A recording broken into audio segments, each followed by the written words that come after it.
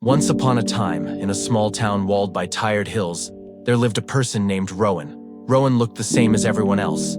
Habit, job, home. But behind the eyes was a constant low hum, a quiet weight no one could see. Rowan's days were full. Meetings, messages, chores, a smile at the right time. On the surface, life moved as usual. Inside, the mind never stopped. Thoughts stacked one on top of another. Undone tasks, old arguments, what-ifs, until thinking felt like carrying a backpack made of stones. People said, "You look tired." Rowan would laugh and say, "Probably just the work." But it wasn't that kind of tired. The body could recover with a night's sleep. The exhaustion Rowan felt lived in the quieter places. The chest, the throat, the pause before a word. It was a different kind of fatigue, emotional drainage. One evening, Rowan wandered to a small bench by the river. The water moved without making a fuss. An old woman sat nearby, watching the same current. She didn't speak for a long time, but when she did, her voice was soft as a folded map. "People will try to fix your tiredness with rest," she said. "But rest only rests the body.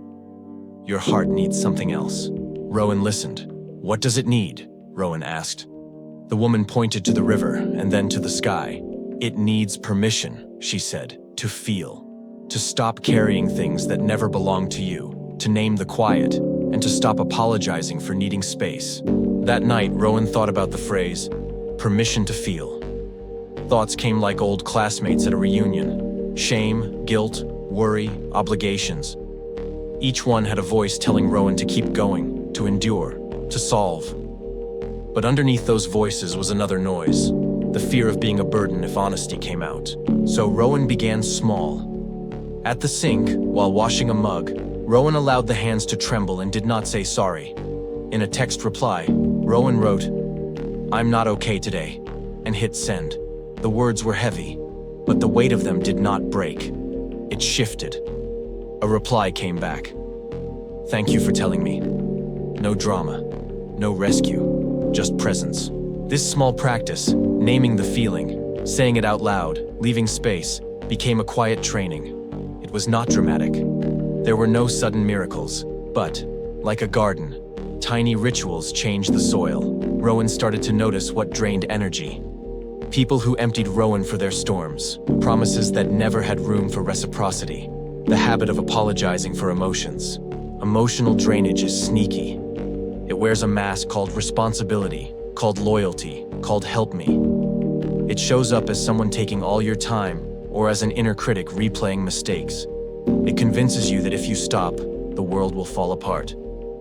But over time, Rowan discovered the opposite. When you stop pouring from an empty cup, the world continues, and you begin to refill. Rowan learned the difference between care and consumption. Care is two hands holding a pot so it does not break. Consumption is one hand taking until the pot is gone. Setting boundaries felt at first like a selfish wall, but each boundary was actually a doorway back to self. A permission slip to breathe, to think, to choose. There were moments of guilt. Old voices saying, "You should do more." Rowan let the guilt speak, then asked a new question. "Do I have to carry this?" The question alone felt radical. The mind searched for reasons to keep the weight. But when you name the weight and ask that simple question, you begin to see what belongs to you and what is someone else's storm.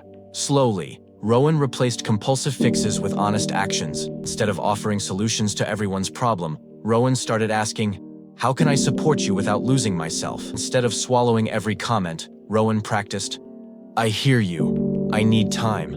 These were small sentences, but they were seeds that grew into calm. Healing isn't dramatic. It's quiet rituals.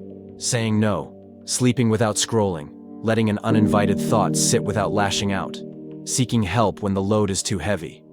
It's showing up for yourself with the same tenderness you give others. It's forgiving yourself for being human, imperfect, sometimes overwhelmed. One winter morning, Rowan woke and noticed the hum had softened. The backpack of stones still existed, but pockets had opened where light could enter. The difference was not that problems vanished, they hadn't, but Rowan had learned to empty the pockets that never belonged there. Other people's expectations, cultural scripts, the endless replay of yesterday's mistakes. This is the truth many call a secret. You are not weak because you feel tired. You're not lazy because you need rest that is deeper than sleep. You are not failing because you are emotionally drained. You are human, wired to feel. And sometimes life asks more than one person can carry. So if you're watching this and you think, I'm just tired, try this instead. Ask yourself quietly and without judgment, what am I carrying that isn't mine? Then name one thing. Say it out loud, or write it down. Give yourself permission to set a small boundary around that thing. It could be one sentence, one step, one pause. If you can do that, just one honest step, you begin to change the length of your days. The mind loosens its grip. Your heart makes room to heal. You begin to refill, not by force, but by small, steady rituals of truth. Remember, you're not tired, you're emotionally drained. Give yourself permission to feel, to set boundaries, and to come home to you. If this touched you, breathe once and carry this line with you. You deserve to be light again. Before you go, take one breath. If this video gave you even a little peace, subscribe and keep that peace coming back to you.